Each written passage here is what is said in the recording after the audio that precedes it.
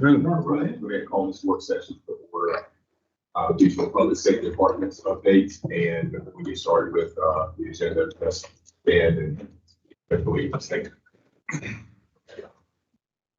Allegiance to the flag of the United States of America and to the republic for which it stands, one nation, under God, indivisible, with liberty and justice for all.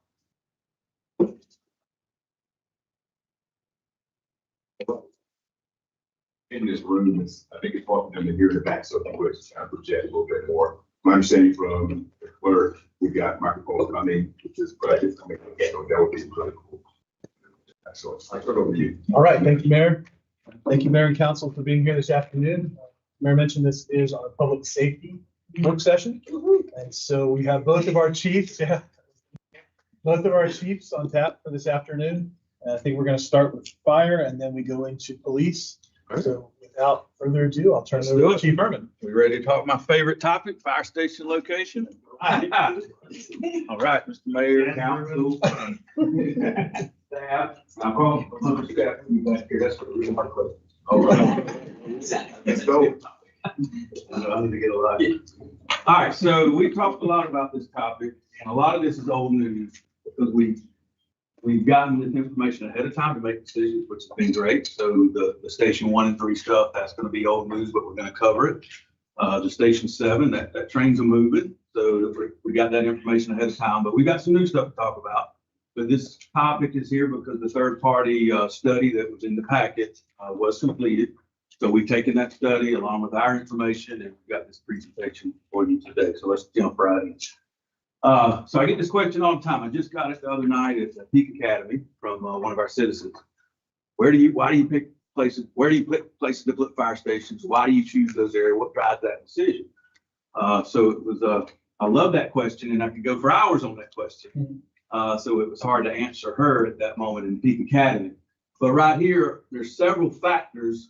These are the two most important. So I'm going to go over these two here. So the number one factor is ISO. So that's a term we're all used to hearing, Insurance Service Office. That's related to our insurance premiums. We get graded every 5 years by the state. State of North Carolina comes in. We're currently an ISO 1. Woo! So, hey, we're a 1. Why do we need anything else? I get that question a lot too. We've got to maintain that 1. So we're going to talk a lot about that. So as the town grows, so does our response times because we're reaching further places out. We've got more people. We've got reliability issues. So to maintain that 1, we've got to keep monitoring that. We're going to cover that. So when it comes to ISO, they talk a lot about road miles. So you've got a 5 road mile district, a 6 road mile district, and then you've got this 1.5 mile, 2.5 mile distribution that they like to follow. So none of that's related to response times. It's just road miles. It's an outdated methodology, and they realize that. So they now allow you to substitute using response times. So we will do that. They'll actually run both models, whichever one is favorable, they'll choose. Typically for us, it's going to be that response time. All right, so we've got to maintain this right here of ISO, but then we go over to our response time goals. So we've adopted a 5-minute travel time for the first suppression unit. So that's a unit that can respond and have a crew of firefighters on it that can put out a fire, start mitigating emergency medical services, start mitigating any type of hazard. All right, so that's our goal for the first unit. The second is the 8-minute response time for our effective response force. And we've talked about that a lot in meetings, but I'm going to go over that again just to remind and refresh everybody of what that means. Now, the national NFPA standard is 4 and 8. And we're 5 and 8. And these are all computed at the 90th percentile, not averages. So everything we produce and the data that we look at, our goal is to do it 90% of the time, not 50. All right, some other factors that are very important as well. These are your 2 main factors are right here. All right, so the first bullet is automatic aid. So everything you'll see today is including our partners. So we include whether it's Cary, Holly Springs, even our Chatham County partners. Those are all included in the number of personnel and our response times. And we rely on them just like they rely on us. It's a mutual thing back and forth. Not only do we look at current location, we're in tune of what's coming down the pipe, not only for us, but for them. For example, so right here, Holly Springs Station 3, it's only been open about 30, 45 days. They just relocated from over here. So this is really good. It's really close to the backside of Meridia. So they're going to be coming in to help us out. And not only is that a new fire station, it's currently staffed with one truck, but they've got plans to add a ladder truck, which is going to help us with our effective response force. They also have plans to put a station south of Station 2 down at Rex Road. Kerry's got plans for Station 10 between 6 and 8, our Station 6 and their Station 8. So we like to know what's in their CIP, what's going on before we're making some major decisions, popping a very expensive fire station down. Another big thing is future road planning. So where are the connectors? And this map's kind of hard to see here. We've got a couple maps, but it's showing some collector roads. So that's very important. I'll give you a good example, Jesse Drive.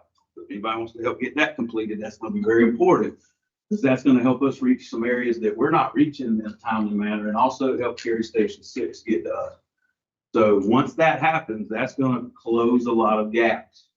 So that's very important. There's other collector roads near the 751, 64 corridor, a little bit down south, a little bit as well. So those are things we look at as well before making such a major decision. Future growth and development. Where's the growth coming? Where's the growth not coming? So that's very important as well. So all these factors, there's so many things to think about. It's not just one thing. It's ISO, it's response times, automatic aid partners, road plans, before we really say, hey, this is where we need to be. And Chief, the gaps you're talking about are the white areas between the blue and the green? That is correct. So this map's up here for a visual to talk about some of that. So I've got some maps coming where we're really going to dive into those gaps and what they mean. So. All right. So again, let's explore my 3 favorite topics. I know I like. So that's fire station distribution, fire station concentration, and fire service reliability. Alan, that's your cue to head this way. So we've got to back out of this so that the folks that are live streaming can see this video. So quick shout out while he's doing that.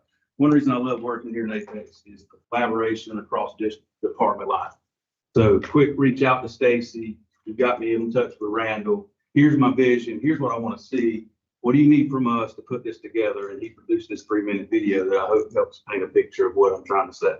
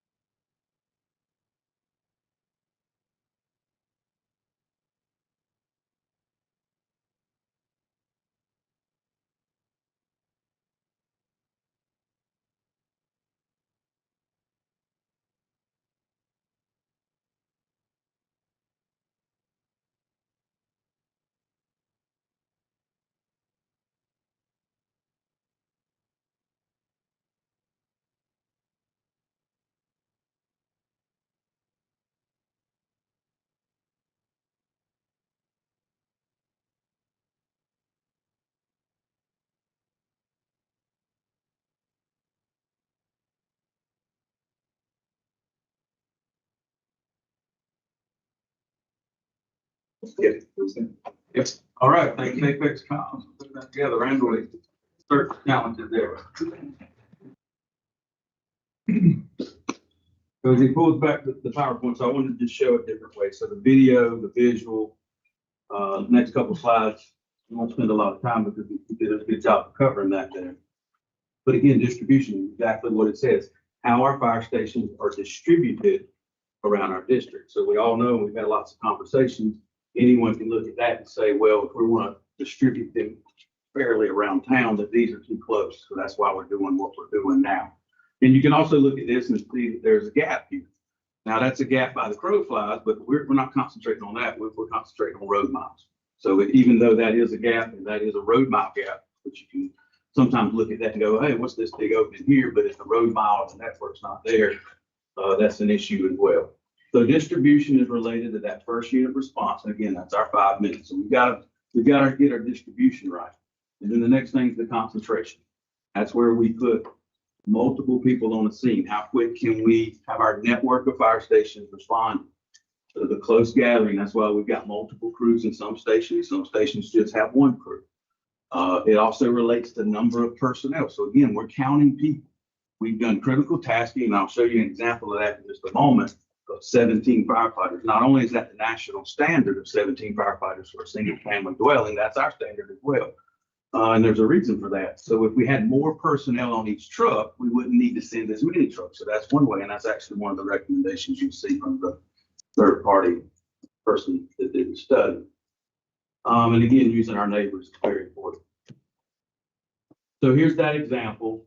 And we do this for every call type. So you'll see in our standard of cover, a cardiac arrest, a medical call, a motor vehicle accident, a technical rescue, and we've critically tasked every bit of that. This is the one where you'll see the most, this single family residential structure fire, and that's how we achieve 17. This is the minimum number. This is what's got to occur, whether we're talking one room and content or a fully involved residential structure fire. Typically, if it's going to be that big, like the one you may have saw on the news last time, Garner had, required multiple people called after the fact, so they put way more than 17 on it. But that's what we initially dispatched from the start. And we achieved that with 4 engines, 1 ladder, 1 rescue, and 2 battalion chiefs. And that's the same across Canton, Gary, Apex, Morris. All right, reliability and utilization. So this is zoomed in here. So these dots represent, calls that we were over 5 minutes. And this is just a snapshot. But what you'll typically see in those areas that are not shaded, we've got a lot of dots. We're not meeting it in those outlying areas. But then you're also seeing it throughout. You're seeing it right beside fire stations. Why do you think that is? So a call came in next to that fire station. Nobody was there. They were on another call. So now we're responding all the way from another fire station. So this formula over here is very important. Utilization increases. What drives utilization is population. So as the town grows, as we march towards that 100,000 mark of population, our call volume is going to increase. Our reliability is going to go down. So that's something we've got to monitor. So then that means our response times will increase. So again, as the video showed, if our distribution is good, we can achieve that by just putting additional resources in the firehouses that we have. But if we do have distribution gaps, that might be a time to add an additional fire station. All right, so here's the maps we spoke about earlier. This is a current snapshot of GIS predictive data. I want to show some real data as well. We're going to show it so many different ways. So this on the left is showing our 5 minutes. Again, we're showing you our partners. So we're relying on our partners to respond with this as well. So our gaps are over here on the west side that we're well aware of. And then we've also got some concerning gaps on the east side of the 64 corridor. And we'll talk about those two. So these are the main areas of concern of our distribution. Now, don't get me wrong. We're doing this right here 5 minutes, and that coverage is very good. I don't want to paint a picture that's grim and we're not responding well. This is a very, very good thing that we're covering. Currently, this is right at 80% that we're covering of our road miles within 5 minutes. Now, this map over here is going to show you how quick we are putting 17 firefighters in 8 minutes. It's a much bigger gap, over here. However, this is really good. And you'll see in a couple of slides, the reason why that's good, because we have such a great network of fire stations along with our partners up here. So we're covering, I'm going to say roughly 60% of our district that we can assemble 17 firefighters in 8 minutes. That's really good. Okay. But that's concerning over here. All right. So you can see Station 2's down here. So this is one of the biggest driving factors of Station 7, and not only Station 7, but Station being 2 companies, an engine and a ladder. To achieve that 17 firefighters, it's going to take more than just that one company out here. So what this means is when there's an incident out here, specifically a fire, these guys down here at New Hill, we call it, they got to be John Wayne for a little while. Okay, they're going to be by themselves for about 10 minutes until the next arriving units can get their turn. So that's concerning not only for firefighter safety, but for our citizens and how quickly we can get there to start all of those 17 critical tasks. Chief, is the places where the orange is covering, but not the green or blue, is that because you may get one unit from Cary, one unit from us, and like the parts kind of. Are you on the left map? I'm comparing the two, Okay. and I'm places like Shepherd's Vineyard, it looks like it's covered by orange, but not by blue. Yep. So not by blue is we're not reaching this in 5 minutes. It may be 5 minutes and 2 seconds. It may be 5 minutes. It may be 6 minutes. However, give me 3 more minutes and there's 17 of us there. Oh, you're not necessarily counting multiple. Right. This is, It's just. that's showing Cary 4 where it's green. So they're able to get this far in our district within that bucket. Oh, So everything not shaded is over the 5 minute goal. However, this is showing that we can assemble. sorry, yeah, 17 in 8. never mind, the orange. Yep. Yeah, We've been doing a lot of color. yeah. On the follow-up question, so you showed us the table listed earlier about the effective response force and how we achieve that with the equipment that we deploy. The 17 is a standard, national standard. Is the equipment types that we deploy also a standard? That's correct. Curious about the way mutual aid works. I know police does it sometimes, but if there's a major incident, the resources, let's say, take the Garner example. A lot of people from Holly Springs might respond to Garner. Does Apex and ship resources closer to Holly Springs in real time? Yeah. Help cover that. We might drive a truck over to, further south on 55%. We're all dispatched. Now, there's 2 dispatch centers in Wake County, Raleigh and Cary. And so we're all dispatched at the same time. So Cary, Apex, and Morrisville, it's seamless. Anybody else is dispatched through Raleigh, there's a CAD to CAD connection, and it's seamless as well. There's still just a little bit of time. So if we have a call down here in Fort Worth area, Holly Springs is getting the call as well to respond with us to fill our response card.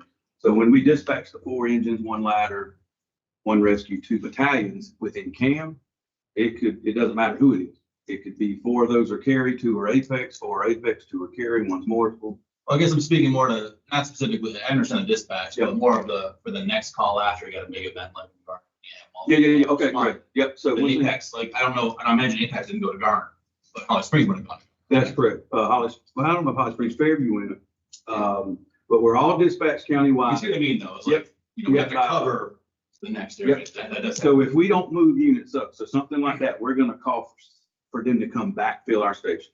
So even if we have a major or serious incident down here, we'll move our trucks around to distribute a little better out. So the same thing, if we had an incident that involved every Apex unit, we would call Holly Springs to come stand by. So they're not coming all the way from Holly Springs. If we didn't call for them to stand by, they would still respond because they're the closest next unit. It's just a longer response time.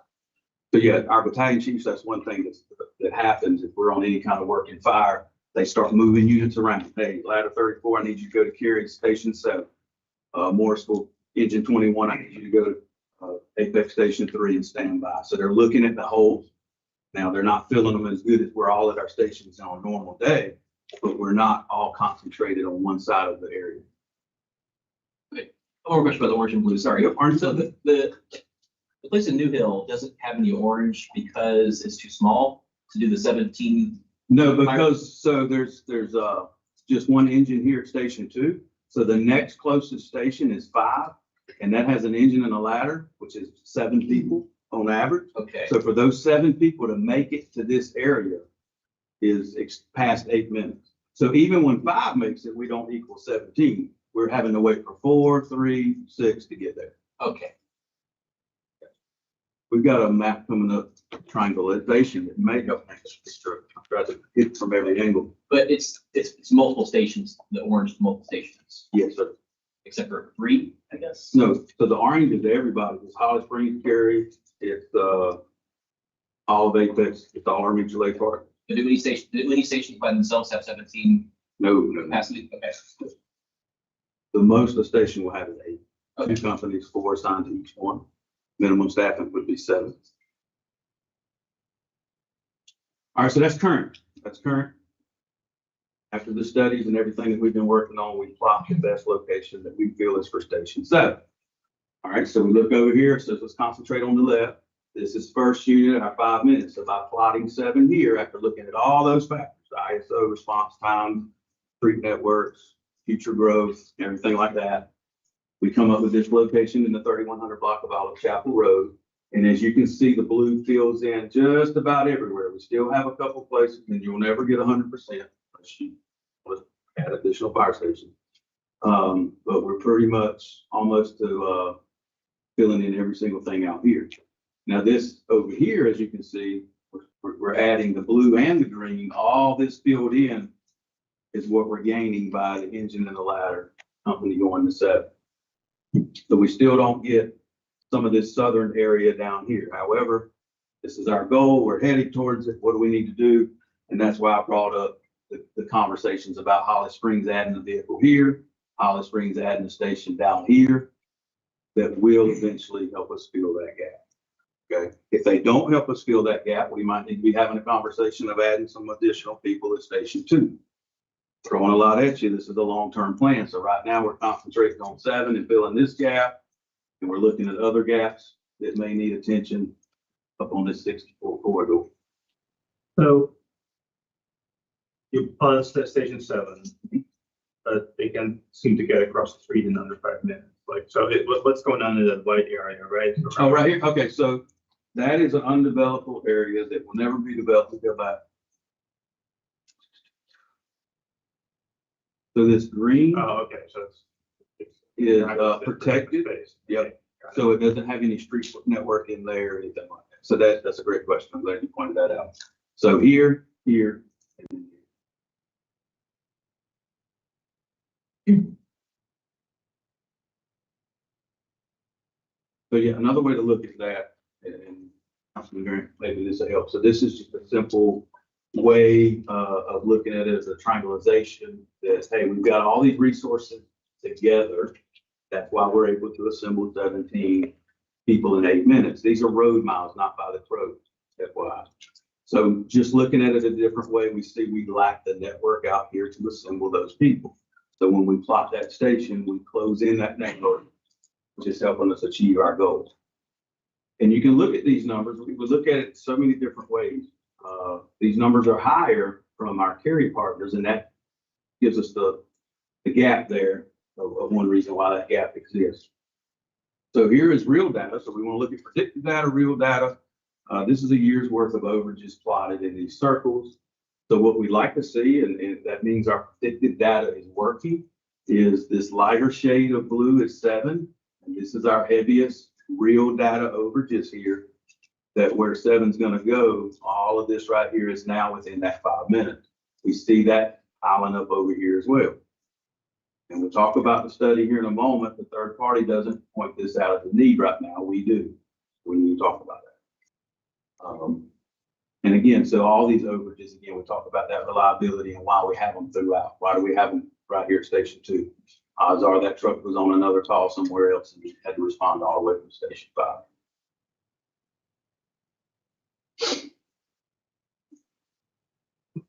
I wanted to bring this map up just to show you our partners with Wake County. It's a very important partnership that we have.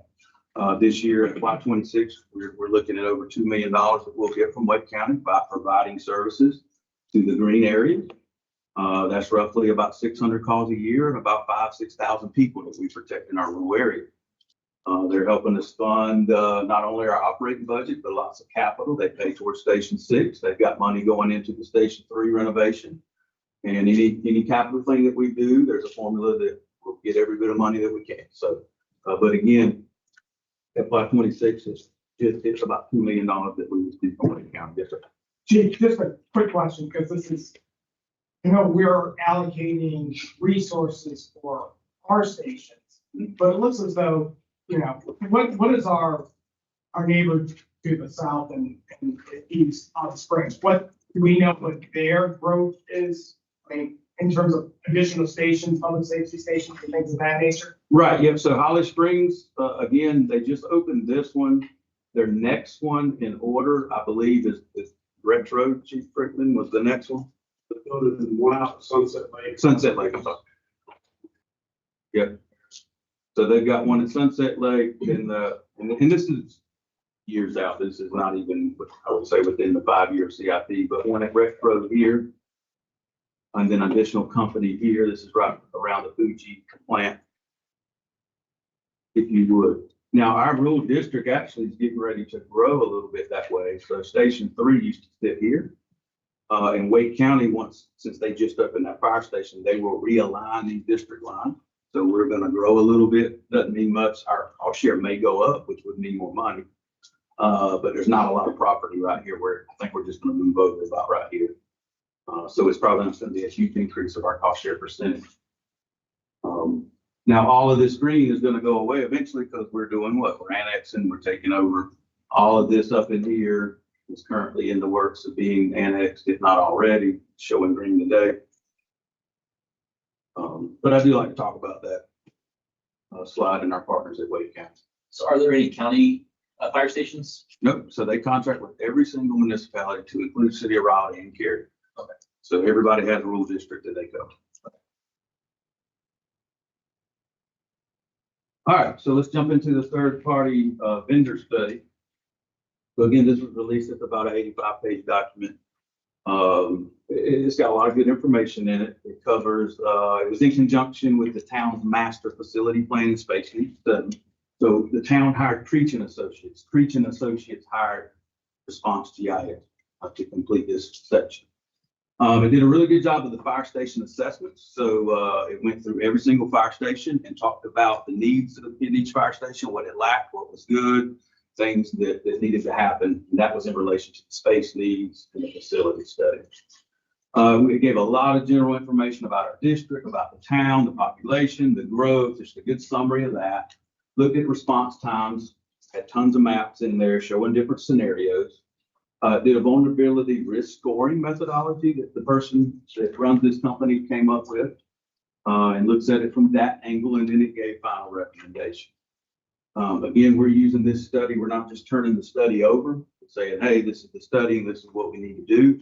We've studied the study and really picked it apart and looked at some things, and we're using it as a tool to give you final recommendations from us. But let's look at their recommendations. So they gave 8.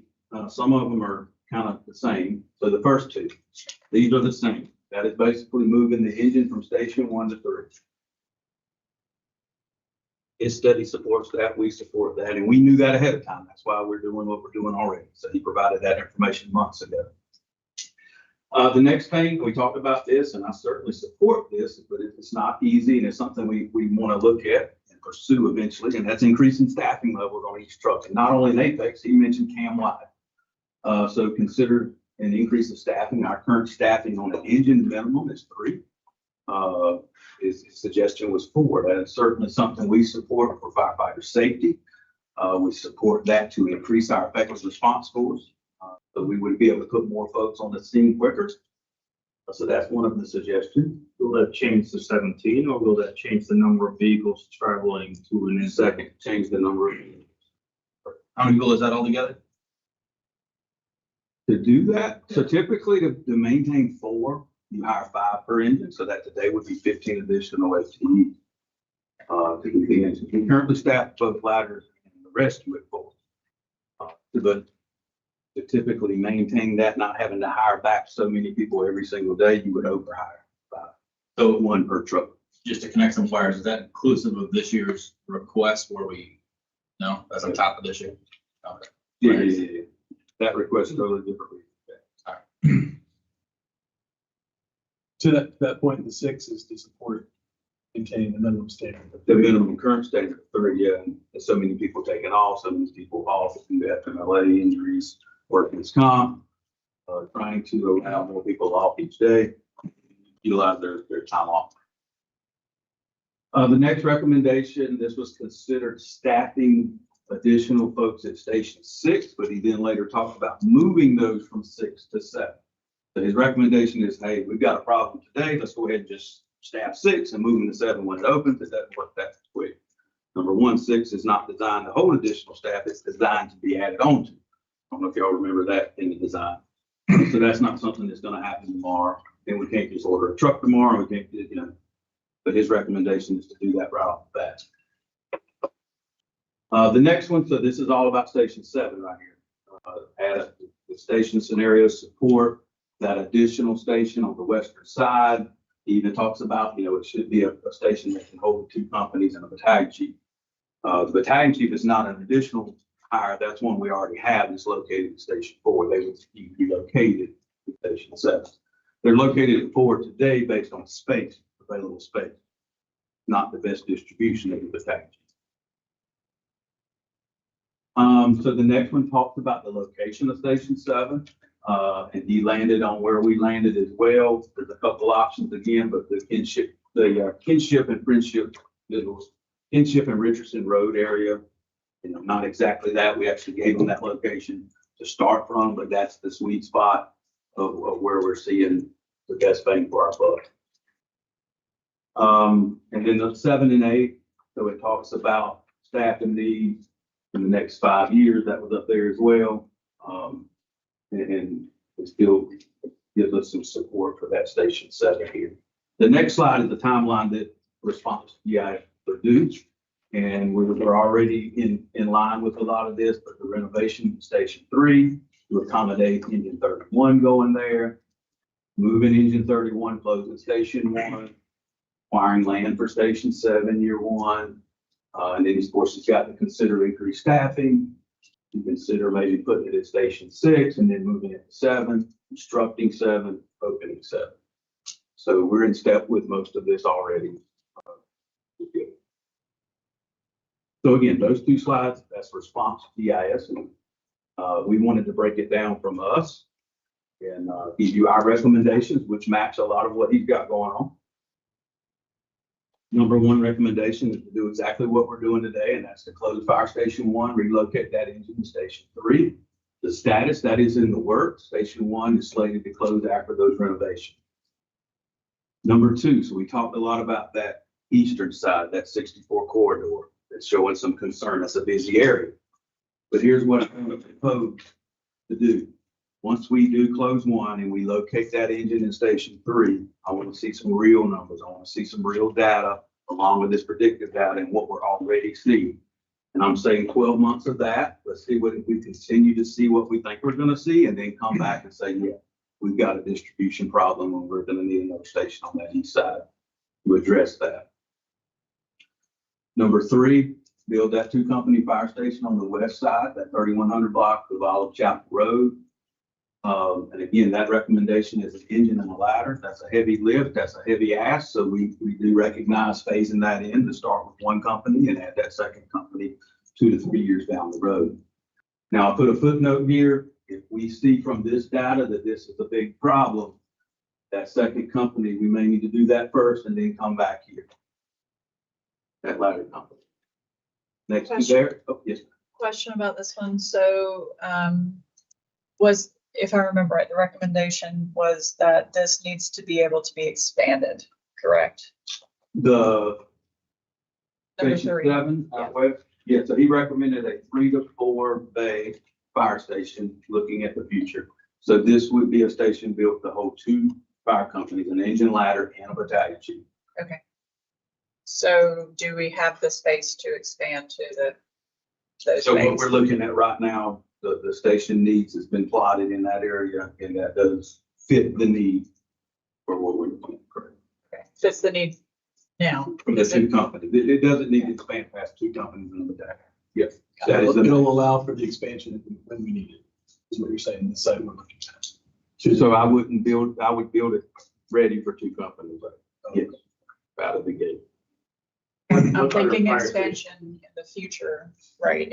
If the land is appropriate for that or not. I'm sorry, say that again. I'm basically asking if the land to build this has the ability to have that expansion in the future if needed. To go more than two companies? I'm not sure. So I think you're saying no, but we wouldn't recommend expanding. Right, well, beyond wouldn't this. So it'll be appropriate for the max of what we would recommend building. So I misunderstood that. What was that?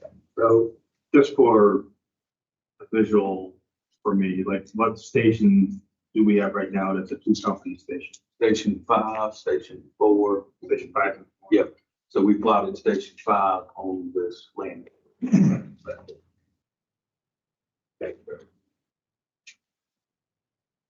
So to the right there, the status, this is what's in our current CIP. Remember these dates because we're going to talk about it on another slide coming up. FY 26 is to secure the land, FY 28 design, FY 29 construct. And then the fourth recommendation is that we continue to monitor all of this. So again, go back to that reliability, go back to as we increase in population, as we continue to annex, are we maintaining these response times as we should? And what do we need to do to maintain it?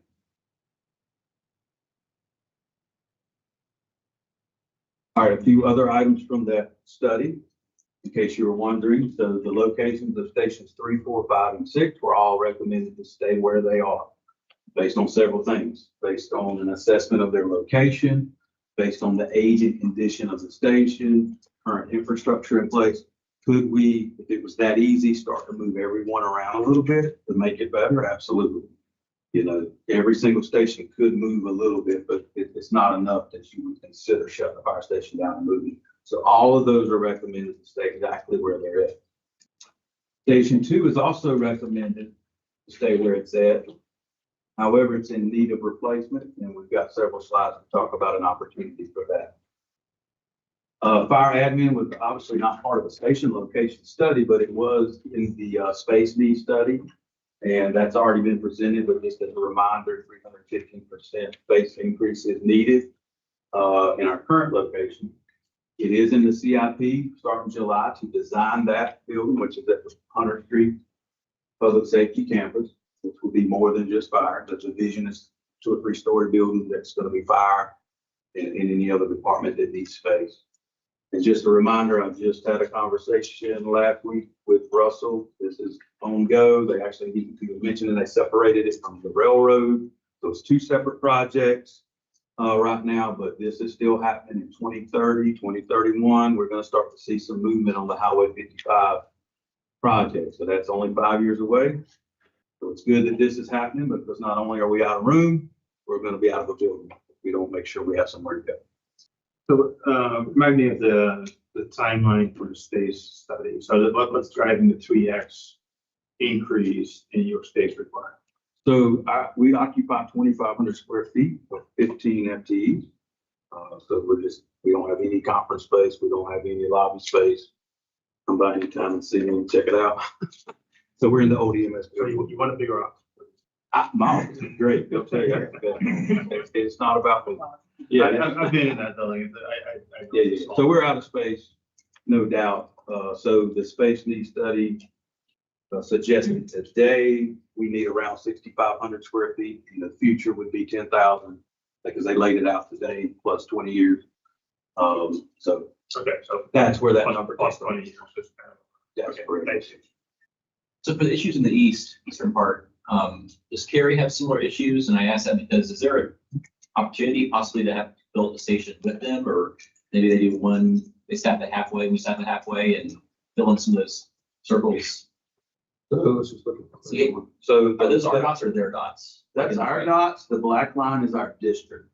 So they're reaching their side of the line pretty well. Okay, Yeah, that's the problem. except for like, I mean, yeah. Yeah, I mean, there's a few pockets, and again, you're never gonna pull it in completely. But this is a fairly large swath of not only predictive data, but dots that say, hey, we've got some things we need to look at, especially up in this area. So if we plotted the station right here, it could handle both. We played around with that a little bit, and it certainly solves that, fills that gap. Okay.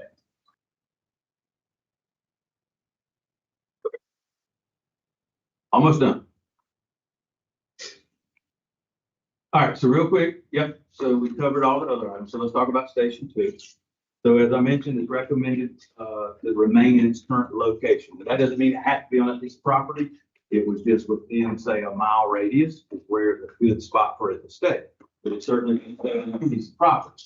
It is labeled in the study as end of life. It is very deficient in many areas. It's a very small fire station. We do have it built into our CIP, but it just lives in the future. So it's after Station 3, 7, and fire admin where this lives. But we have an opportunity to consider. It's never easy, right? We always have tough decisions. So right here is the site map. We live on this property. Wake County EMS bought this parcel. They had plans to start building this EMS station this budget year, FY26. At first, they were required to have a collector road here. That has since gone away. That's not required anymore. So that opens up space because I approached them, hey, do you want to do something together? And they said, hey, I think we're too far along. We'd love to do something together, but I don't think it's going to work. Maybe next time. They've since approached us. Yep. What's north here? On the map, I have trouble. Where is this station? No, I know where it is, but Oh. on the map, where's So this, the main road? On the right map? out front here. Right up front. Yep, so north is kind of like. North is that way? Okay. So they've approached us, and we've had one meeting. We have a meeting tomorrow with a large group of Wake County Fire, EMS, Wake County building staff, our staff, to talk about this. So what does that mean? The deal on the table is they would like to co-locate, which also means this, and it's a thing called share. But here's the issue. I told you to remember a few dates about Station 7. Same dates as this. So this is their time frame. And from my understanding, it's going to be with or without us. If we're not on board, they're going to build a standalone. If we're on board, we can take advantage of this. I don't want to share any numbers today. We've got a meeting tomorrow to talk about that. Rough estimate numbers were thrown out that we own the building. They're going to put in 30-35%. What that typically is for a Wake County Fire EMS sharing facility. Would they be the lead of the design and construction of this building? They're leaning, and this will come out tomorrow in the meeting, but I had a pre-meeting. They're leaning that we own the building. That's not ownership, right? Yeah. In terms of lead of actual design. That's a good question. We can ask that tomorrow. Typically, when we own the building, we'll lead all of it. Kind of like 6. So they call shared 6. Okay. They paid into it. This would be the same. They would pay into it more because it's going to be occupied by Wake County. So is this their the building design? No, this is an example of their last partnership. So this is designed for 2 companies, a fire battalion chief, 2 ambulances, and an EMS chief. So this is much bigger for the most part. And police. This has a police side as well. So this is a very large. This is Caddy Road Public Safety Center. They've done one in Wendell. There's 2 in Garner. One somewhere else maybe. So can you be clear about what you're saying? Yep. Do you want to delay 7, or are you asking for additional resources to build this instead, or at the same time? Neither. So that's the question on the table. What's the appetite? Do we do both? Can we delay 7 a year? Do it the most to take advantage of, we need to find out what that means. How much we talking? So we want to take advantage of this opportunity because we know that station has to be replaced. However, this is where it falls the same time frame as we're looking at. I need to know what his opinion is. Yeah. Because the thing, He's not saying it. So. because the thing that would drive my decision on this one would be the number you guys get Yep. tomorrow. Yep. Because if Wade is gonna be heavily invested in this, then that is, and if it's an offer that goes away, that's something we got to Yeah. back. When would 2 end of life? So it's end of life now in the future. Yeah. So it lives in our CF for past 5 years, so that's not the term yet. But we know it's net after 3, 7, 5. Have you modeled 2 companies at Station 2? And what that's led to in terms of the area that station 7 would cover, right? So if we're gonna double up on this one for now, how much of the station 7 area that might cover? Yeah, Chief Rickman, I don't think we've modeled that scenario to do 2 here. It would essentially be that sliver that we call. Okay. You're essentially just taking 7 away and just get that little dump. Actually, yeah, that would be 7 won't reach that far down, just that little sliver. You wouldn't need to get having to have. Benefit, more, I guess, benefit on it. I don't want to delay 7. But 2 also looks like a shed. People drive by, like, is that actually a fire station? What is that? Put a blower in there? Like, I mean, I'm sure it's a great facility, but it is, end of life is kind of. Yeah, it's very sufficient in the things we're doing, decon, turn out your stores, the workout rooms out in the bay. I mean, all the things we're trying to do. Bird box. Right. So, I mean, ballpark though, it would, 10 million would be our share? Would you say? Good ballpark. Yeah, I think building a fire station today, we're looking at around 12. Yeah. So, Hmm.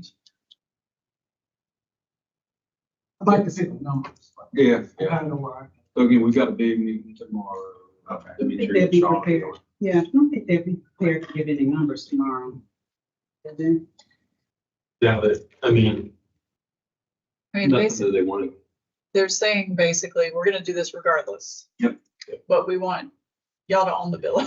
I mean, they're, But we're gonna replace 2 eventually, and if we do replace 2 in 2035, it's gonna be twice as much for no cost share.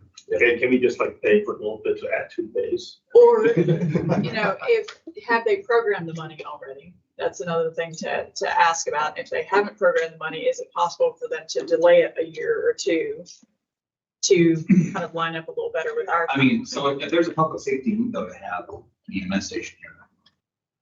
Yeah, they've already delayed it, so they wanted to start FY 26. I get it. Sorry, I'm getting excited. Like, the big question really is, that Sean weighed in, like, how's the internet model? Got a bunch of facts, there's a bunch of questions there. Yeah, they threw a bunch of scenarios at the first meeting, they own the building, we own the building, we finance, they finance. It's certainly on the table, we'll know more tomorrow, but that's on the horizon. Can we inverse it? They own the building and we do a 35% cost share? Possibly, but they were leaning that we own it for whatever reason, we need to ask about that tomorrow. I mean, they can give it to us and find it. We'll be the bigger user. More people there, right? We'll be the bigger user. Yeah. Or the bigger. But like long term, if the timing money wasn't a factor, it's probably better for the people of this county and town to have this versus 2 separate things, right? Yeah, I mean, and any chance you can call share, co-locate, it's gonna be a better savings for the taxpayer. Yeah. I mean, the site there is better when it's one building and cohesive parking, I assume, and facilities, all these things. Yeah, right? and so again, they own this, we lease this, we would look to purchase this, so we can then build this complex on this piece of property. It makes the most sense to know, and it's what we have to do to be able to afford it. Yeah. And I'm willing to make the decision to be able to. All right, so wrapping up, I'm running out of time, so real quick summary. So we've had external and internal studies have occurred, which have provided a roadmap for the next 5 to 7 years. Plans are in place for continuous monitoring to ensure that our service delivery model is effective. Real quick, the Hunter Street Public Safety Campus design is well underway. We're almost, I'd say, 2 to 3 weeks away from finalization, which includes price estimates. So again, that is morphed into this large campus. So what we're designing right now is not just the fire station, but it's the whole site work. We know what's coming, what are that needs to develop that entire site. So that's turned into a huge project, but we're wrapping that up. We'll have something to you shortly. Station 7 plans are well in motion. And then what we just talked about with Station 2. Thank you so much for your time. I have any other questions? Yes, sir. So all this and more personnel at fire stations, when does the long-term plan for, I don't want to start another fire, but for training? Like, where's everybody going for training? Is that Wendell, so to speak? So Wendell is a new place. We travel all over for training. So we do have the Wake County Fire Training Center in our fire district. Okay, that's out at the Sharon Harris plant. So we being that it's in our fire district, we have a little extra ability to go out there a little more, so that's good. We travel to Sanford Community College. We travel to Carolina Community Coastal, what is it? Seaford? Central Carolina. We're at Fayetteville Tech today, all week, training in their world-class water rescue facility, which also has fire things as well. It's coming down the pipeline. So we travel within an hour from our place to all of those different places because they offer different things. Would I love to have a fire training center of our own? Sure, 100%. But we do have the Wake County Fire Training Center at our disposal. And in the Station 3 remodel design, you'll see if that's something that's able to stay. We've incorporated lots of training elements within the building itself. Do you ever have to 4 people, like, do you do some training, like, while they're on their scheduled shift? Yeah, so I would say 95% of our training occurs on Zoom. Great, thanks. Yes, sir. Any other questions? Thank you, sir. Yep. Real quick, because Chief kind of glossed over this, but I think it's a big point, the ISO level 1, and just quick research shows that's top 1% for fire departments. I mean, so that's huge, and everything that Chief presented on, there are so many factors that go into ISO, location, apparatus. So from a staffing perspective, council support, a design of system, I mean, all of that is relevant, but we truly are top 1% with our system design. I think that's something we need to stay focused on and consider when we think about these decisions on station locations. Yeah, 100%. Thank you so much. I appreciate it. All right. Thanks for all you do.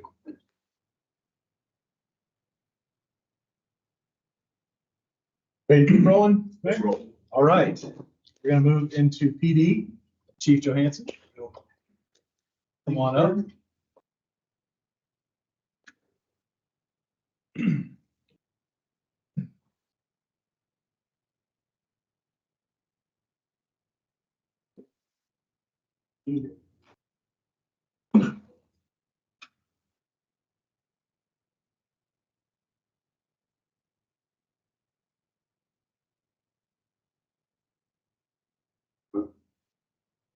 All right, good afternoon. Thanks very much for giving me a little bit of time here.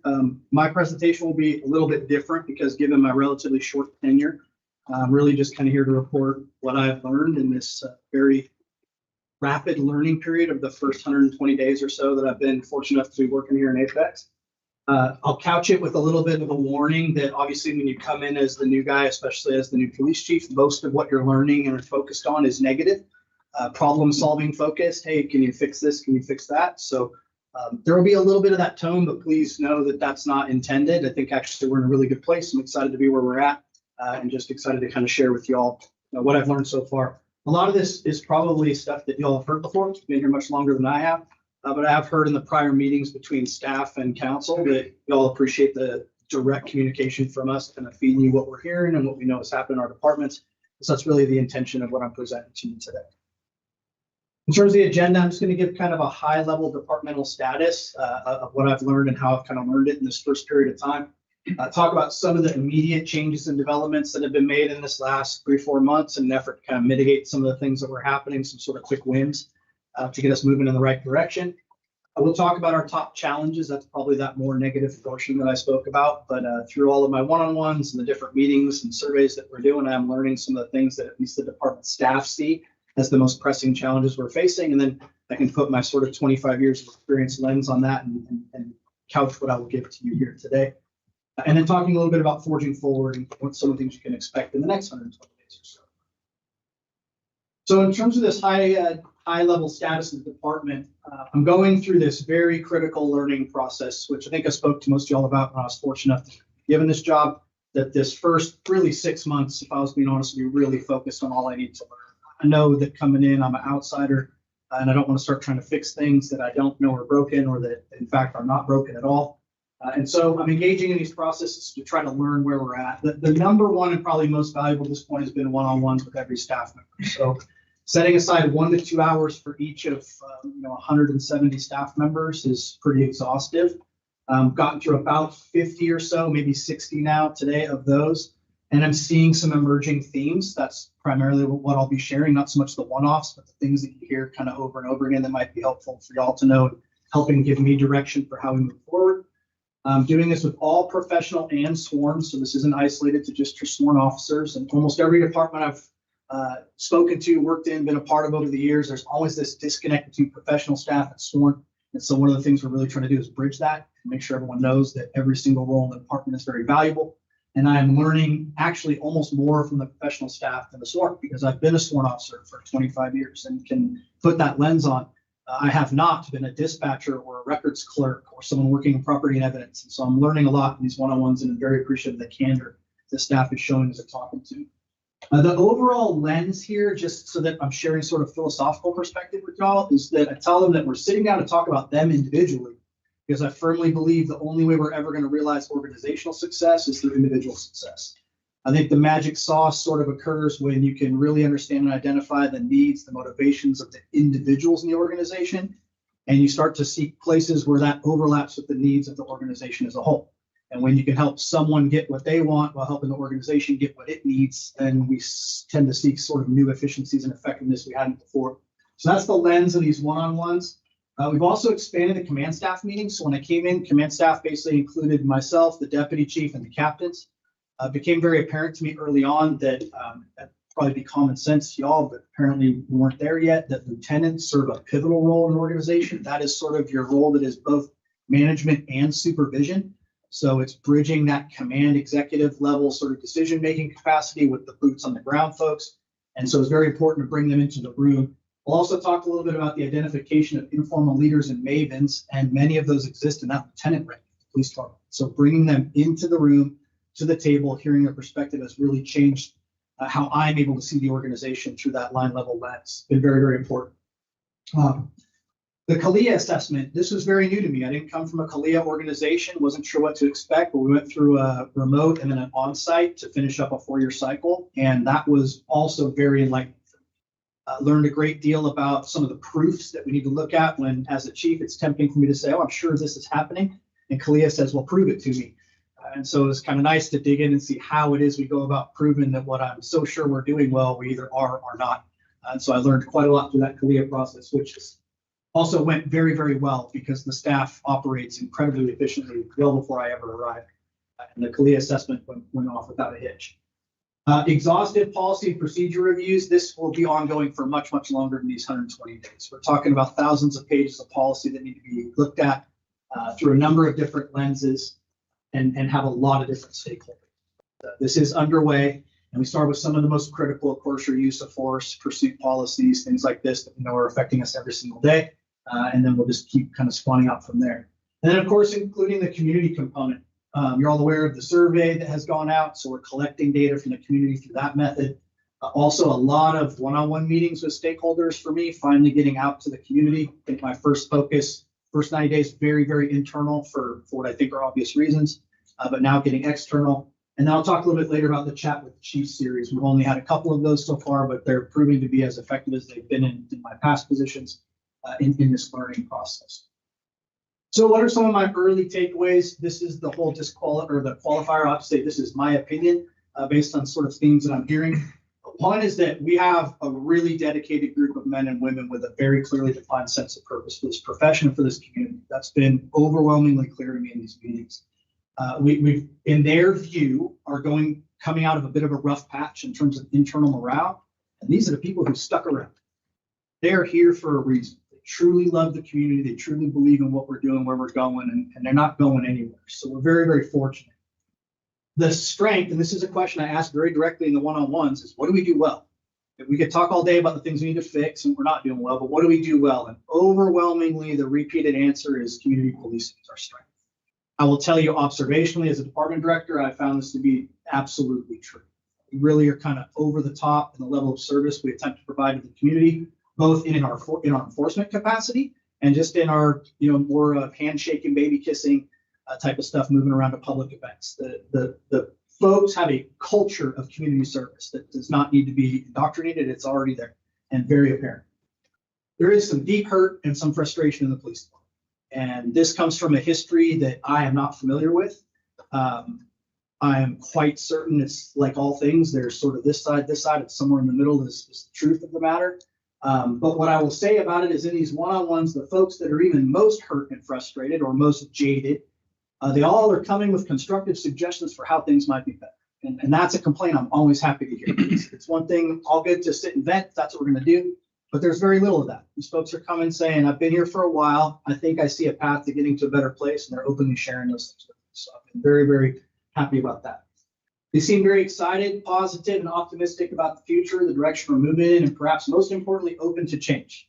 I've tried from the very get-go to explain to them that the only constant in life and certainly in policing is change. And if they're not ready to embrace the fact that we're going to need to do some things differently, then we can never expect things to be better, plain and simple. Mayor, I'm sure you're familiar with the old adage, the only thing cops hate more than change is for things to stay the same.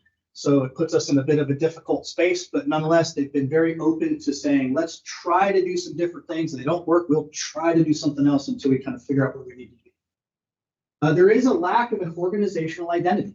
And this is asking that pretty directly. We're not 100% sure who we are beyond this community policing model, which if you have to have a default position of who you are, that's a great one to have, especially in today's modern policing, that they see themselves as community servants. But there's not a consistent thread among them as to how they would articulate our sense of purpose, mission. Why do we exist as an organization? Why does the town of Apex put such a large portion of its general fund into our organization every year? And those are questions we're going to work very hard to answer, which I'll share with you some of those processes upcoming. We do have some technological shortcomings. That's one that surprised me a little bit. I see Apex is fairly resource rich in terms of how the department acquires equipment and new technology. But we have some shortcomings here that are pretty significant. And they're not just significant in terms of how officers see it and morale, but they're creating inefficiency in how we operate day to day. I'll give you one small example we'll talk about later. Our CAD RMS system is terrible. To not sugarcoat it, it's terrible. And it's creating dozens and dozens of hours of additional work for every cop every week. So I'm going to talk about staffing because it's one of the things that they see as their primary challenges. The staffing isn't just all about numbers and bodies. It's about, are we really using the numbers and bodies as optimally as we could be? And the short answer for y'all is we're not. We're going to work towards getting there, but there are some technological shortcomings that are kind of standing in our way. There are certainly some duplicitous and unnecessary procedures, true in every police department that I'm aware of, but the staff has not hesitated to point some of those out to me. And where we can see the opportunity for immediate change, we have made them, plain and simple. There's been a number of examples of the way we write reports, creating multiple systems of documentation out of fear of losing documents at some point in the future. And it'll be far better to install systems that ensure we don't lose those things than to just keep saying, let's just have the cop do it 3 or 4 different times. And that is literally occurring on a day-to-day basis. And that is wildly inefficient and costing us money, plain and simple.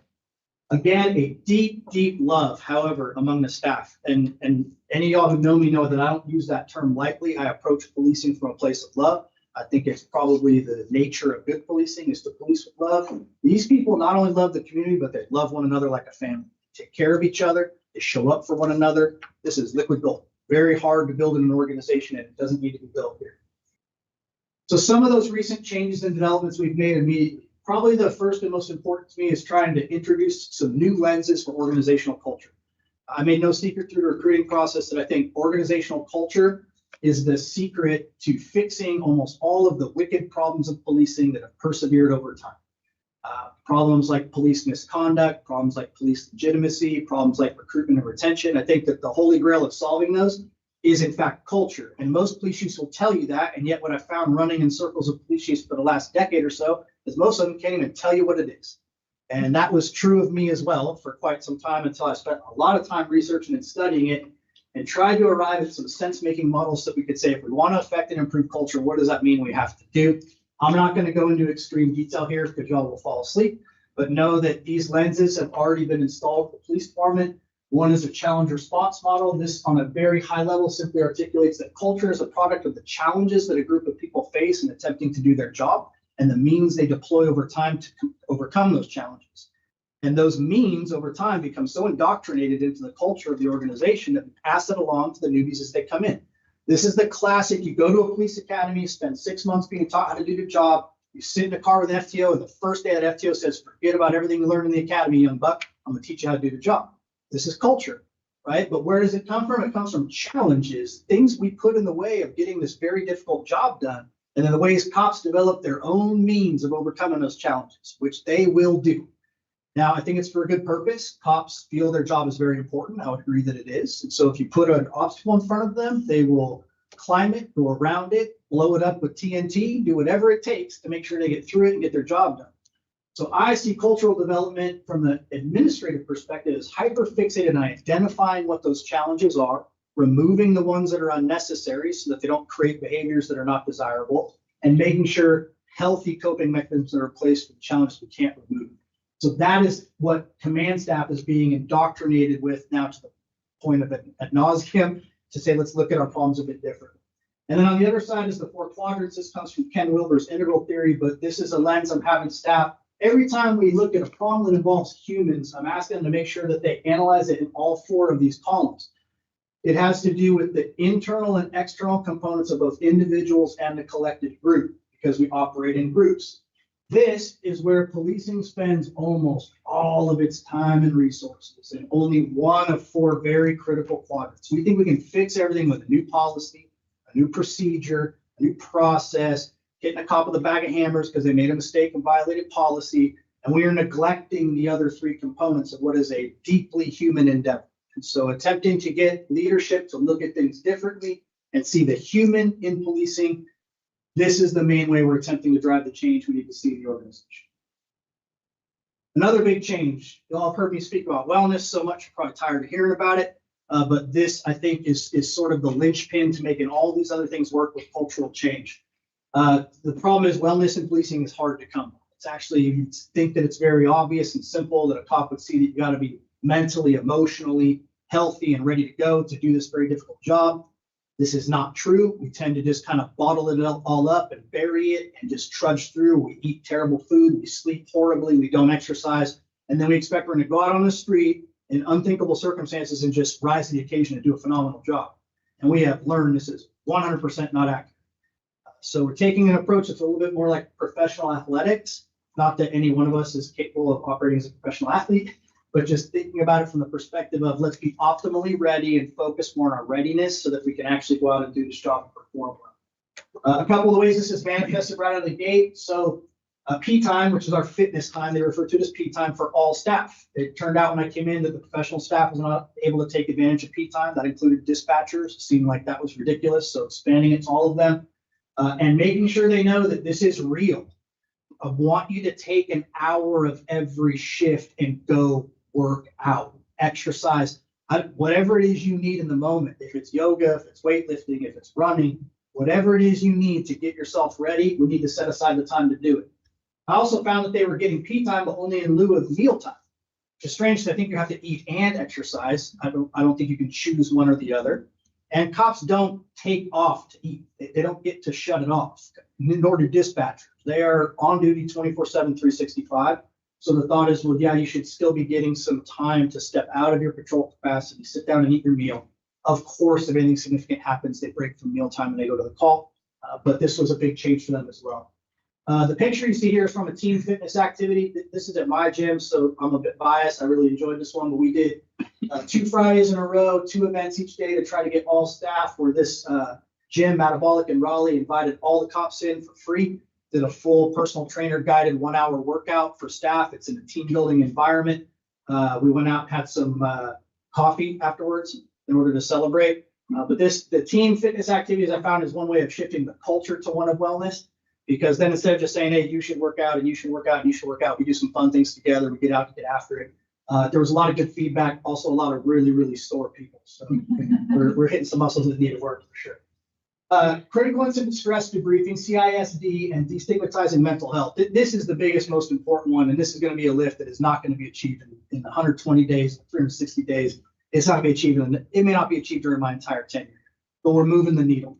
And this needle was moving in Apex way before I got here due to a lot of really good leadership that was focused on mental health before it was even a thing to be focused on mental health and policing. In fact, I dug up a wellness policy authored by you, Mr. Mayor, 10 plus years ago. So there was some thought to this quite some time ago, which I really appreciate. But the critical incident stress debriefings are a phenomenal way of destigmatizing mental health because it happens contemporaneous to events and not just the obvious officer-involved shooting or active shooter at the school. This is just the typical work every day of a cop, a death call, a call involving injuries or victimization of children. These are things that sit with us. They don't leave you ever. And so we have a process where we initiate a professional critical incident stress debriefing team. They come in, they're multidisciplinary, they're not all cops. They come from all over the county. They facilitate let's sit down and let's just talk about what went on right now. And when you start these, cops don't talk. They all sit on the back wall and they got to try to facilitate. I went to the first one here, which by the way, command staff doesn't really participate in. I just show up and say, I believe in this process. It saved me twice in my career. Do it, and then I leave. But my understanding is they were very open and honest and talking about what it's like to experience these things. And that's the beginning process of integrating those experiences so they don't come back to haunt you later. Otherwise, they definitely will. And then a focus on recovery. I found with my last agency, when I was able to get folks real focused on fitness, they're doing the working out, but what they're not doing still is sleeping right. They're not recovering properly from those workouts. So this will ultimately involve seemingly silly things in policing, but sauna, cold plunge, adequate yoga and stretching, things that get the body fully recovered, that bring heart rate variability where it needs to be to do this very difficult job will be, and has already been our focus. And this is where we're focusing already these first 120 days.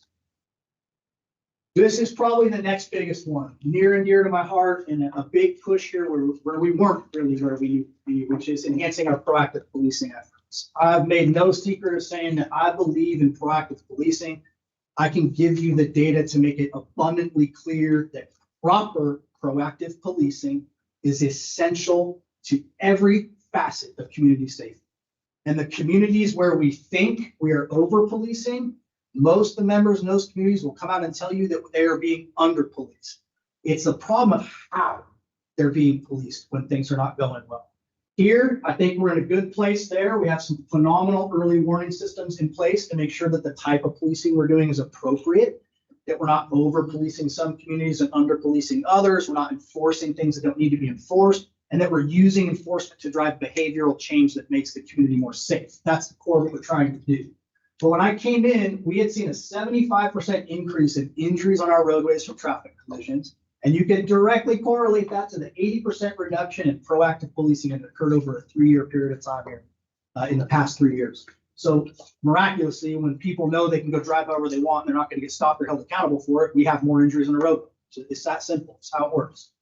Now, the key to stepping up activity, which we've done, we've had a 3x plus increase in the last 60 days in traffic enforcement within the city. The key is that traffic enforcement needs to be fixated upon your primary collision factors. What is actually causing crashes and injuries on your roadways? Let's enforce those things, not spend a bunch of time enforcing the lower level violations that really have no impact and that also kind of irritate people, right? No one really loves being pulled over because their tag is expired by 6 days. But someone speeding down 55 at 70, not an unusual occurrence here. 64 at 80 plus, not an unusual occurrence here. This requires enforcement to change behavior. That being said, a big piece of how I'm trying to drive this is explaining that we want to be a big picture police department. We do not want to be a mountains out of molehills police department. That is a quick way to lose your community. So we don't need to pull people over and get lectury with them. We just simply pull them over, explain the reason for the stop. And if a citation is apparently necessary to correct that behavior, then a citation is the mechanism we use. But again, focusing on those primary collision factors through a data-driven approach to traffic safety will get us where we need to be. This has been overwhelmingly positive in terms of the community feedback that I'm getting, at least. Admittedly, my feedback mechanism is a bit narrow, but every public speaking engagement, every group that I've appeared with has unanimously just said, we love seeing the blue lights again. It's nice to see the blue lights again. I think that things are getting safer. So that's going to be what we continue to push towards. In terms of these early warning systems, which I mentioned at the beginning, we've got random audits and VW body-worn camera reviews. This is a big part of this process. This is also a CALIA proof, so it's something that CALIA requires us to do and to prove that we're doing in order to keep our certification up. We have a robust complaint handling process, as you all know. We have civilian professional staff that head up our internal affairs or our professional standards division. And I think that creates an additional measure of making sure things are seen through a lens that's not just a cop saying, I think that behavior is fine. We get that civilian eye put on it. And then again, driving this cultural change that we want to be big picture. We don't need to be lecturing to people about minor violations, just get out and do your job and kind of move on. And then overall, what you probably picked up on already is driving home this idea that here in the Apex Police Department, people will come first. Hard stop. That's how we're going to do things. And everyone agrees with that when we talk about the community. Where I think a lot of police departments have lost their way is we have to be that way when we talk about cops as well. And I refer to this frequently as the forgiveness dichotomy. We expect cops to go out there and be infinitely forgiving, to watch horrors and atrocities committed by humans against other humans, and to still treat them with civility. Sit down with a suspect who has molested children, killed someone, and to treat them with civility and get to assume that everyone can rise above their behavior and get better. But then we treat cops with zero forgiveness. Every mistake has to be met with swift punishment. We use one cop to send a message to dozens of others. All behaviors in almost any organization would not be tolerated, but in police work, we seem to think it's okay. Well, we're not doing that anymore. Because I would argue that accountability of cops is super important, but it ain't just for the line level staff. It's accountability for me, it's accountability for the command staff, it's accountability for the entire organization. What are we doing to drive the development of our people? That should be the question we ask every time there's misconduct or some sort of behavior we don't really like. And conventionally, police departments are not very good at asking themselves that question. Very top down. So we're going to shift that. We want to look at how we can use every experience to make us better. This means using a developmental lens as we look at police conduct. Simple question to me when it comes to police misconduct. Is the officer likely to be fired over this event? If the answer is yes, we are in documentation mode. We are in make sure we get rid of a bad apple mode. No good cop likes a bad cop. But if the answer is no, they're not going to be terminated over this, which 99% of the time is the case. We need to focus on what we do that makes them and the department better by how we handle this particular investigation. And that's very much how we're looking at it. Bottom line is, I think this is an incredibly difficult job being done by flawed human beings, because every single one of us is flawed, period. Policy and procedure are important, but they cannot replace critical thinking in rapidly evolving situations. That's what police work is. Uncertain circumstances, changing moment by moment. We need a human being who thinks, not a human being who goes to policy and tries to say, wait, I read about this. If A happens, I do B. If C happens, I do D. It doesn't work, because it's going to break down as soon as it's not A or B anymore. So what instead we need is for people to think, and the only way we can do that is to focus so highly on how we can deploy as much as possible happy, healthy, well-adjusted human beings into our community wearing APD uniforms. That has to be our fundamental objective, because nothing else is going to ensure that things go good as much of the time as possible. So now let's talk about some of the challenges. The first one staff gives me and that I can see is staffing. Now, to be clear, every department in America is going to give the same answer, period. And to a certain degree, we have properly professionalized ourselves out of being properly staffed in police. I think we made a conscious effort beginning in the 70s to create better pay, better benefits, things that would attract a higher caliber of employee, which means we're not going to be properly staffed probably ever again, especially in a place like Apex that has prioritized paying officers well to attract a high caliber employee. But nonetheless, I wanted to give you the numbers because this is what they look like. Nationally, according to the FBI, the average is about 2.4 cops per 1,000 of population. We'll talk about staffing down the road. I'm sure I do not, by the way, this is not a staffing model. This is a simple ratio, and I believe much more in staffing models that look at all sorts of different criteria besides just population, because they're not all created equal. What's the recommended rate? This is an average ratio that combines, anything from small town to big city, right? So what's for a community the size of Apex would be an appropriate recommended ratio instead of just a national average? So the short answer is there isn't one, believe it or not. You can't go anywhere where they're going to say, here's how we recommend you staff your police department. This is probably where fire is way ahead of us with response times and other, mandates that make it a little bit easier to assess what they're going to do with their people. But policing is very different. So like I said, I'm an advocate for a staffing model. I need a lot more time to bring that to y'all. It needs to account for not just calls for service, because not all calls for service are created equal, right? Like a simple disturbance call versus a domestic are two very different things that require far more staff hours. There is a model emerging out of the FBI National Academy that is pretty robust and takes into account a number of those factors. That's what I would prefer to use in bringing an actual model. I would guess, which I hesitate to do, but that it's going to sit somewhere closer to 1.7 when that math breaks out per thousand population in an ideal environment. And I'm going to give you a little bit of an illustration of why in a second, because it's a little bit difficult to kind of comprehend what does it mean that the 104 officers we have here, what does that actually mean for day-to-day operations? How do they get utilized? And why is that not enough, maybe long-term, which I'll touch on.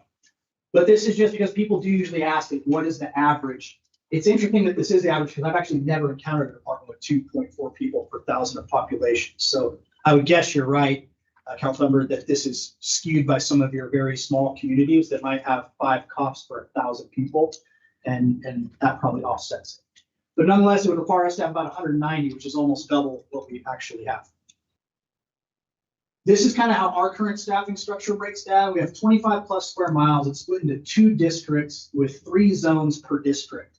By the way, all of this is being reconsidered right now because districts you would typically have because you're either so big you need them, or you have some major divider geographically within your jurisdiction that means you need to separate. You have a train track that could have a gigantic, cargo train that's going to cause massive delays, or you have a river with a crossover bridge, or we don't have those things. So the 2 districts is maybe us getting a little ahead of ourselves.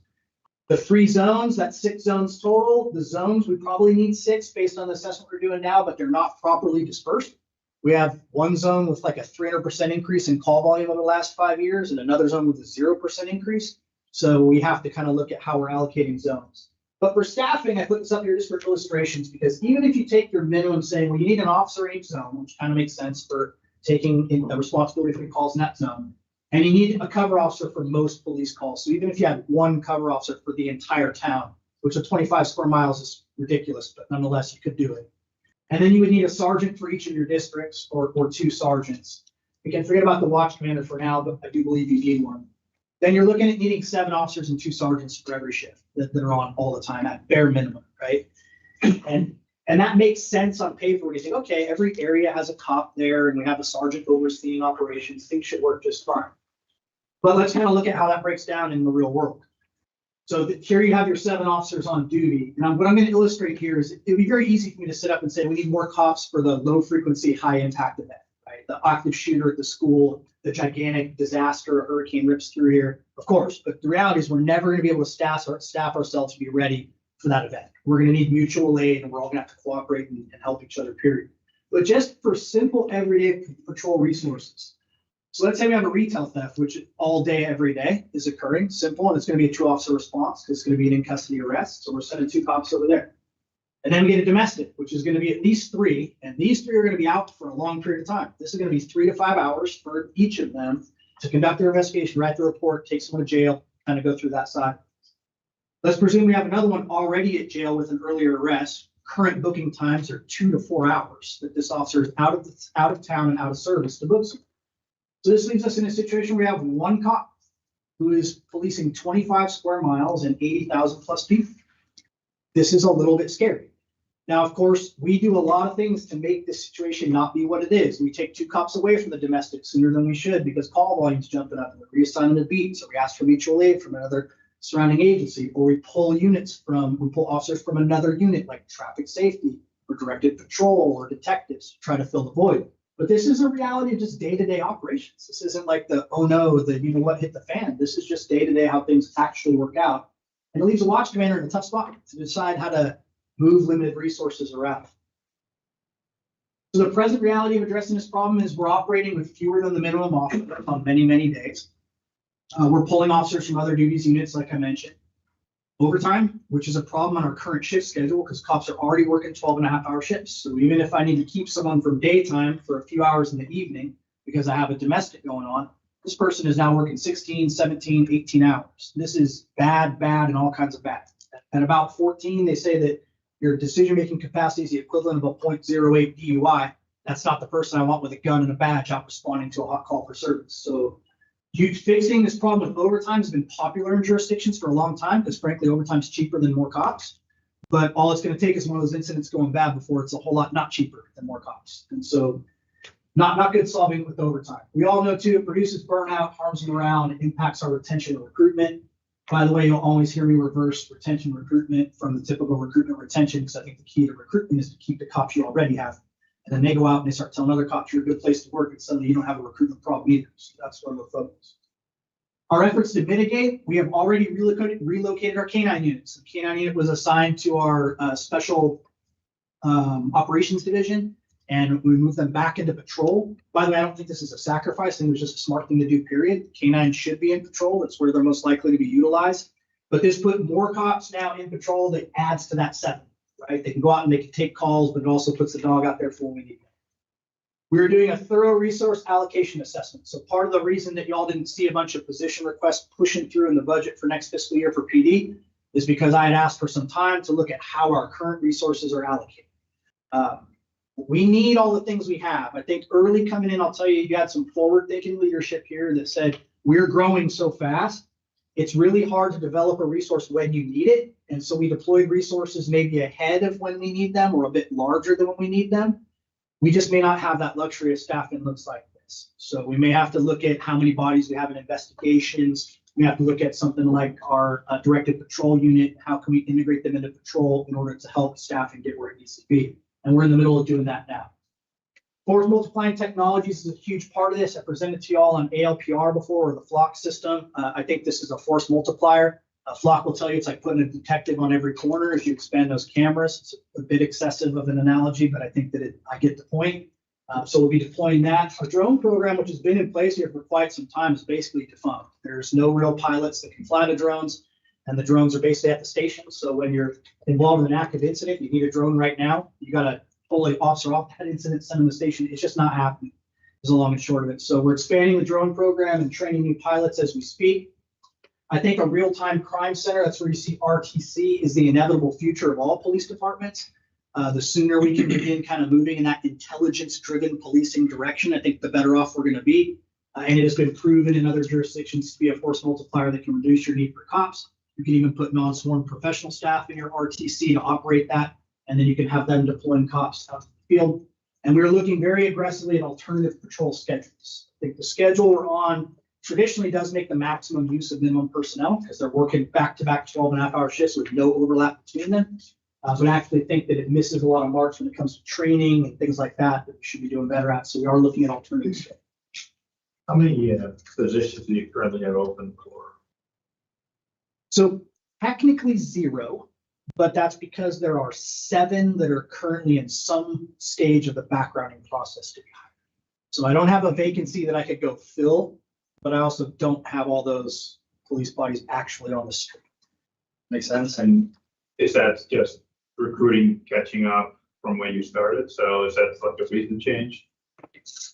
Yes, when I came in, I believe there were 14 vacancies. Thank you. We're seeing a definite change. One thing about the North Carolina policing community being so tight is there's a lot of optimism right now at the PD. And if we need that energy, cops are your best recruiters. So they're out there recruiting laterals who are coming from other local jurisdictions looking for a place where they're supported doing police work. So that's what. So another top challenge of bringing me is space. We have a beautiful downtown police station. I mean, honestly, it kind of staggered me when I first got here. I came from like a box building that looked like an industrial park spot. This place is gorgeous. I actually love walking in there every day. My youngest daughter is visiting. She walked up there today. I was like, damn, this station is beautiful. But I've been told that we outgrew it the day we moved in. I wasn't there that day, so that's me stating what I'm being told. But to give you an idea what that looks like command has really maximized the use of space. I just moved a lieutenant into a utility closet this week. That's his office. And he's not the first person that's working in a closet at the police department. We have multiple staff in single person offices, including my executive assistant, who's with 2 other people in an office. It's an office that should be just hers. So we're doing the best we can, but this is going to be a significant future issue for us. I do know that we've been using the public safety station model with fire, which even as a newcomer, I'm exceedingly grateful to the fire chief and his staff for opening those doors to us. I think this was a forward-thinking way of sort of stopping the bleeding. I do think, however, there's merit for a much larger discussion about what we're going to do long-term to centrally locate the police department. Because there are costs to this decentralization, and I've seen them firsthand. Not the least of which is the development of subcultures and silos within the department. And there are folks that work over at Station 2 that I don't see unless I can find time during the week to get over there. And there are people over there who've never met cops who've worked on the other side of the week from them for 3 years. And it makes it really tough to develop a cohesive culture when that sort of thing is going on. It also, we have a lack of space for really important new programs. I mentioned the real-time crime center. Ultimately, I think that will manifest in a regional effort, or it should. So it may not be up to us to have space for that, but we're going to need space for that. We have wellness equipment hopefully coming into the budget next year that I have nowhere to put. And we have CNT and SRT, the crisis negotiations and special response team models, but we don't even have places for their go equipment. They're throwing it all down in the basement, which is not ideal for response. So just know that space is at the top of your cost concerns. And then there's cars. Cars is, again, similar to staffing. Every single police department anywhere on the planet's going to tell you we don't have enough cars. Our cars are bad. Cars are terrible. But there's some merit to it here. If we look at our own model of when we're supposed to replace police vehicles, we had 30 or more, 32, I think, was the number I was given today, that are due for replacement by those standards. And we have less than half of that in the upcoming budget. I get it. Cars are expensive, especially police cars. But at some point, like, we're never going to catch up, because the 16, 17 we don't buy this year are now added to the total we have to try to get next year. And it becomes an ongoing problem. And I would argue that police vehicles are different than replacing almost any other vehicle in the city, because these cops are driving them fast, driving them hard, getting into pursuits. And when suspensions go and have problems with the performance of those vehicles, it can have real liability concerns for us. So it's a concern I share with them, but know that it's a very serious concern of the cops as well. I mentioned outdated substandard CAD RMS, and the good news is that y'all funded already the replacement, or the assessment of the replacement of that. That was underway before I got here. We've moved into phase 2, which is that we're in the RFP process now with multiple vendors. I'm confident we'll find a competent CAD RMS system in short order.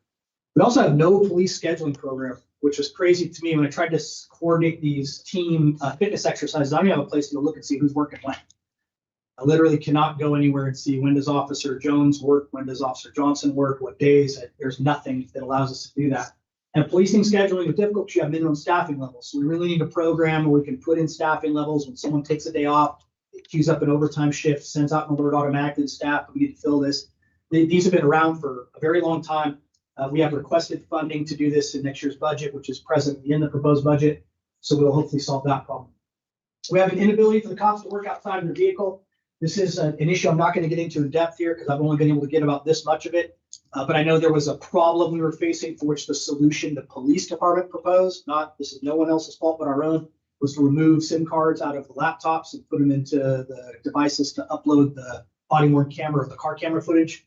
And they never replaced them in the laptops. So now you can have a cop like at the hospital for 2-3 hours with a patient that's going to jail, or at the jail, or even inside of the domestic violence call, and they cannot remove the laptop and start working while they're on scene. It's a wildly inefficient way to do business, and something that we do need to rectify.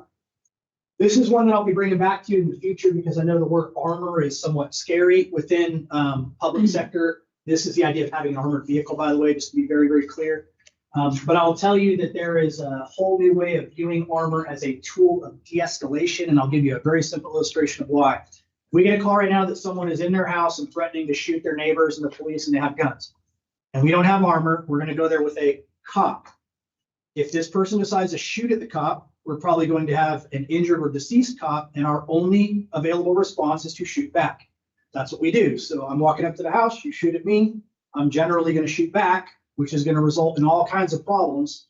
Whereas if I have armor that I bring up to that call, and we get on a loudspeaker and tell them, the police are here, you need to come outside and talk to us, and he decides to shoot at us 150 times with an assault rifle, he's going to chip the paint on the armor and nothing else. We now know what his intentions are and can simply pull back, bring in negotiators, and handle this thing the right way. It's not forcing us into a force-on-force scenario. Armor is scary, it looks scary, and so we've looked at it as an escalation tool. I understand we could have probably 4 hours of argument on this, which I'm certainly happy to do at another time, but know that this is something that's hot on the minds of the cops here. And the simple reason is active shooter. The illustration I'll give here is that we have a shooting at one of the high schools, and you have kids down in the quad and a suppressed shooter somewhere. We don't know where they are on campus. We're not going to save those kids, and neither is fire, until we find and eliminate that threat. Hard stop. Your kid can be laying in the quad, bleeding out. We cannot rescue them because we do not have armor to do so. If you have armor, it don't really matter where that suspect is. We're going to drive the armor right in the quad. We're going to start loading bodies up into it. We're going to get those kids out to treatment as fast as we possibly can. So we need to start, I think, shifting our mindset about armor as a tool of escalation to a tool of de-escalation. So forging forward, I promise this is the last slide here. Some of the things that are going on right now and in the next 30 days or so to get things really moving. The Chat with the Chief series. Again, this is something that was really successful in my past jurisdiction. Basically takes the chief, in this case chiefs, because I have a deputy chief, thank God for him. And we go out into the community with smaller groups. It's like mini town halls. The idea being that a town hall tends to get overwhelmed by a very vocal minority. When you go into specific communities, you can talk about what matters to that community. So if parking's on their mind, we can talk parking. If it's a community that's having problems with theft or more violent crime, we can talk about that in that community. So we focus on faith-based groups, HOAs, schools, very successful program in the past, and we're just getting underway here. The integral wellness program, which I think you've seen some of that in the budget. There's a couple of allocated items to the budget for it next year, but it will require funding on an ongoing basis. This is all about that idea that if we want to have superior policing, we have to deploy happy, healthy, well-adjusted humans, and that costs money.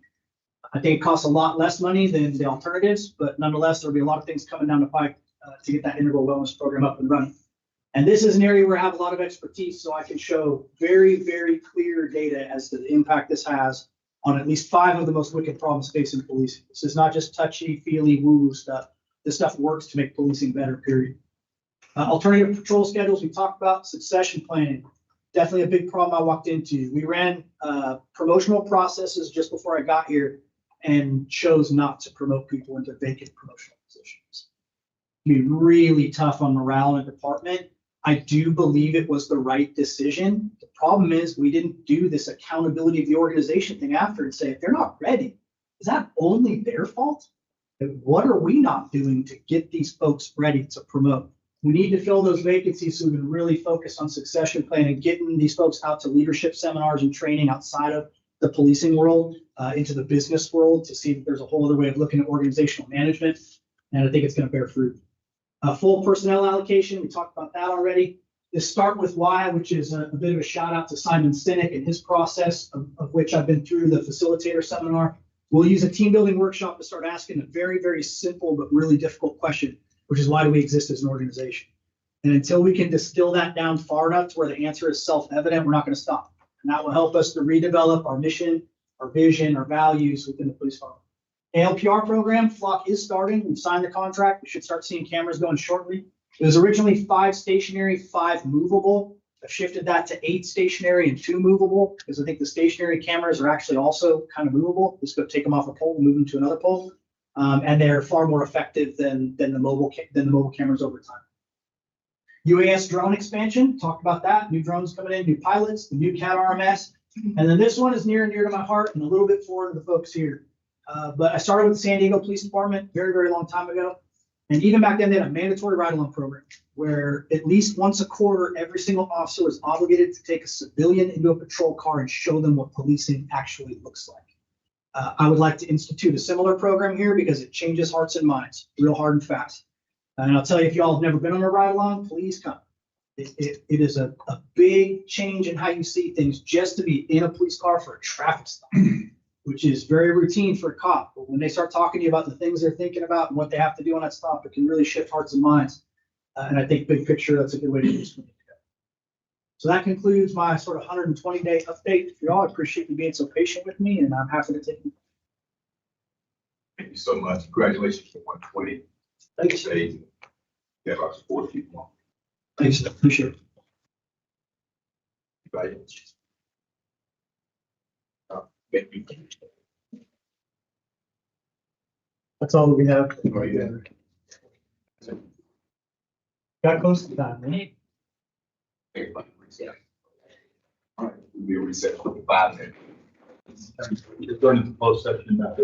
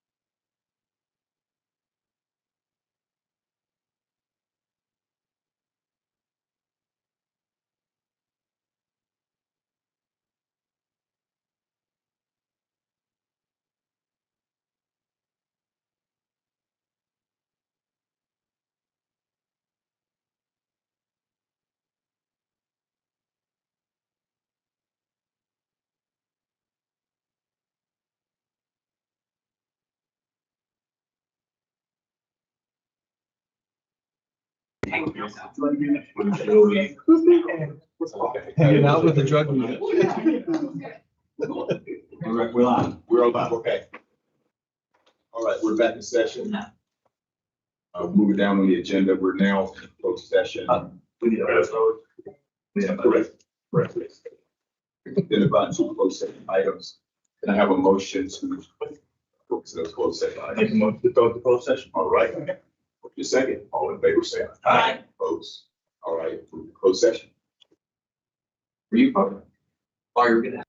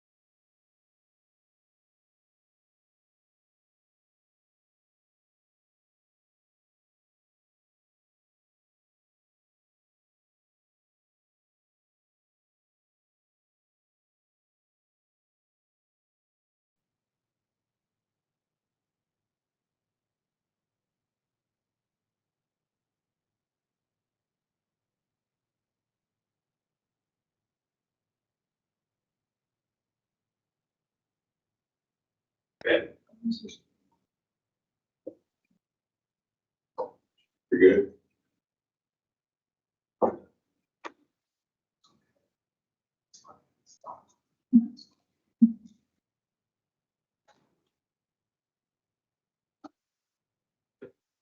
That open session, is there any other business? Here none, it's adjourned.